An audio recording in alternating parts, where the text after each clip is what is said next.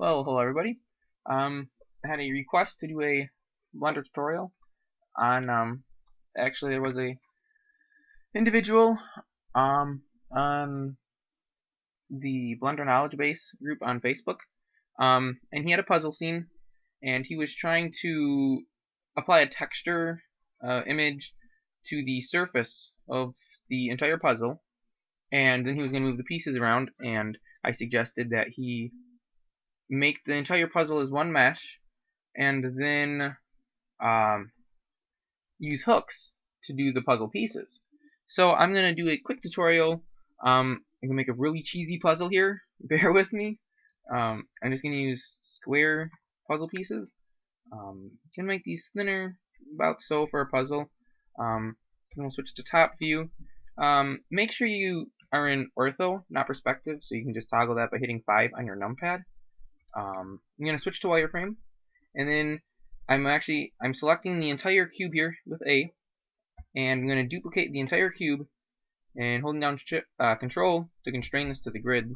I'm going to just I don't know, probably do about a 9 by 9 here. So just Control and Shift D to duplicate, or Control D to duplicate, and then Control to move it by the grid.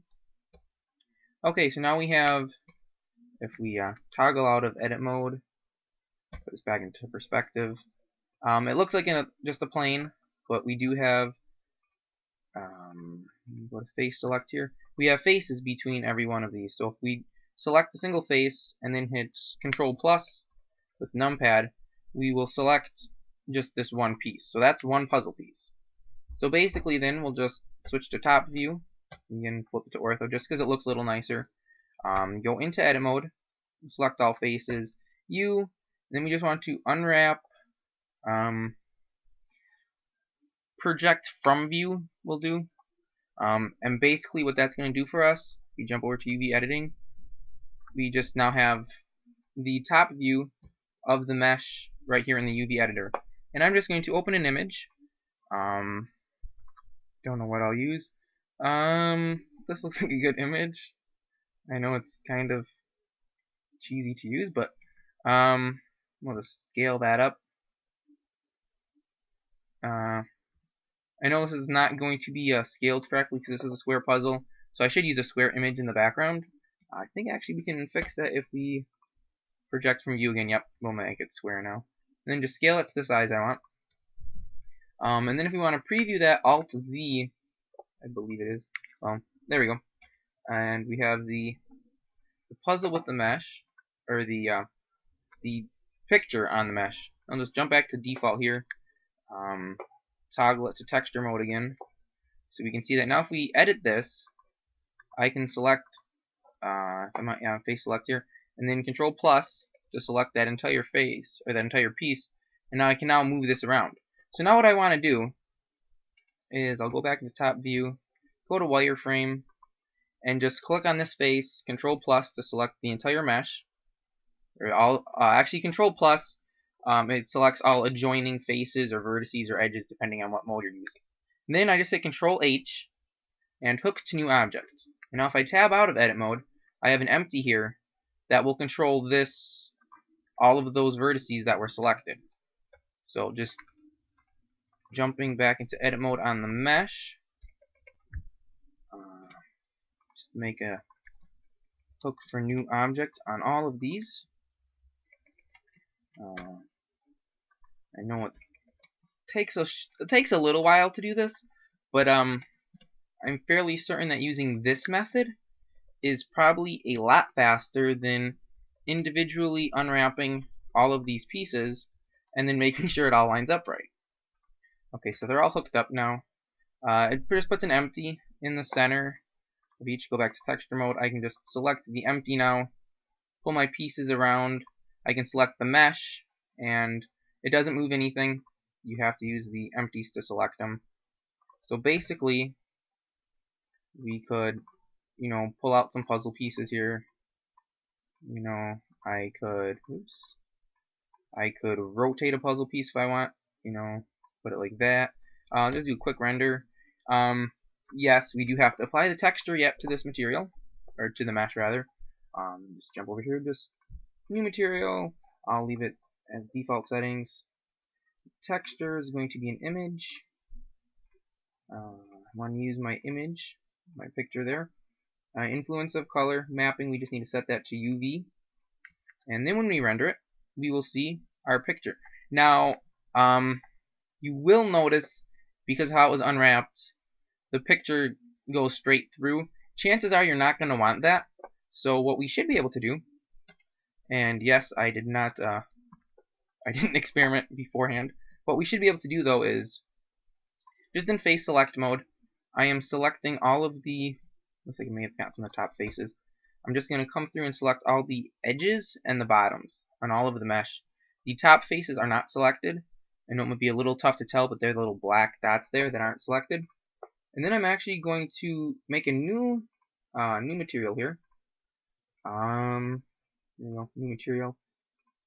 And we'll make a new, and we're going to assign that material. So now when we go back to shaded mode, it still will look like that, but when we render it, the edges are now my new material. So you could tweak your new material to be, the cardboard texture, the cardboard color, whatever, just a very flat with no specularity on it. Whereas your material of the puzzle, generally speaking, puzzle tops, they're kind of a shiny look.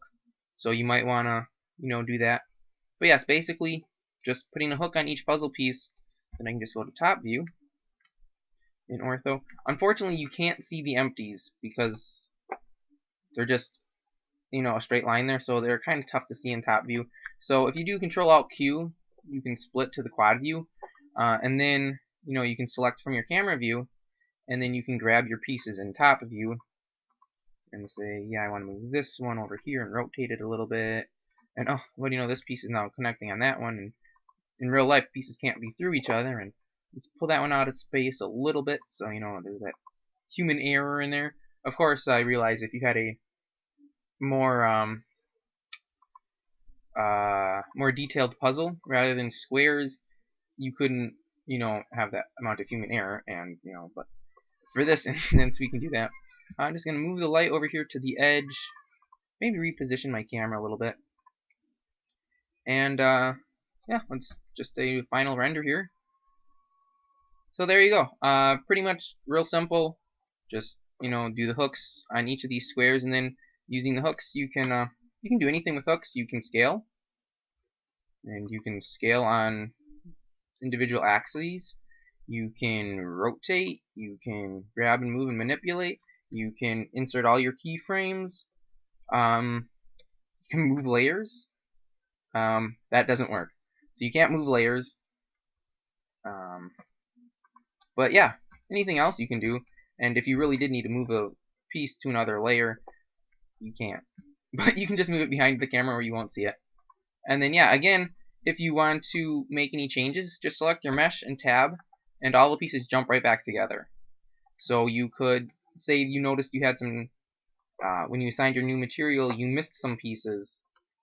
Rather than if you had moved them on the Z axis, you can just hit tab, go back to edit mode, which you'd have to do anyways to assign the textures. But all the pieces will snap right back together. So then, if you do need to make a change, maybe a puzzle piece needs to be adjusted a little bit because of whatever, maybe the texture is, something you want to be able to read right on a seam and you don't like how it looks, you can go back, just tab into edit mode, it all snaps back to the original shape. Do that edit, you'll have to unwrap it again because it's still going to be unwrapped with your old unwrapping, and you're going to have squished pieces and stretched out pieces from where you moved your vertices around. But just unwrap it and you'll be all set. So there you go. Hopefully that was helpful to somebody. Hopefully this will help you out in some way, form, facet, or manner. But yeah, thanks for watching. God bless.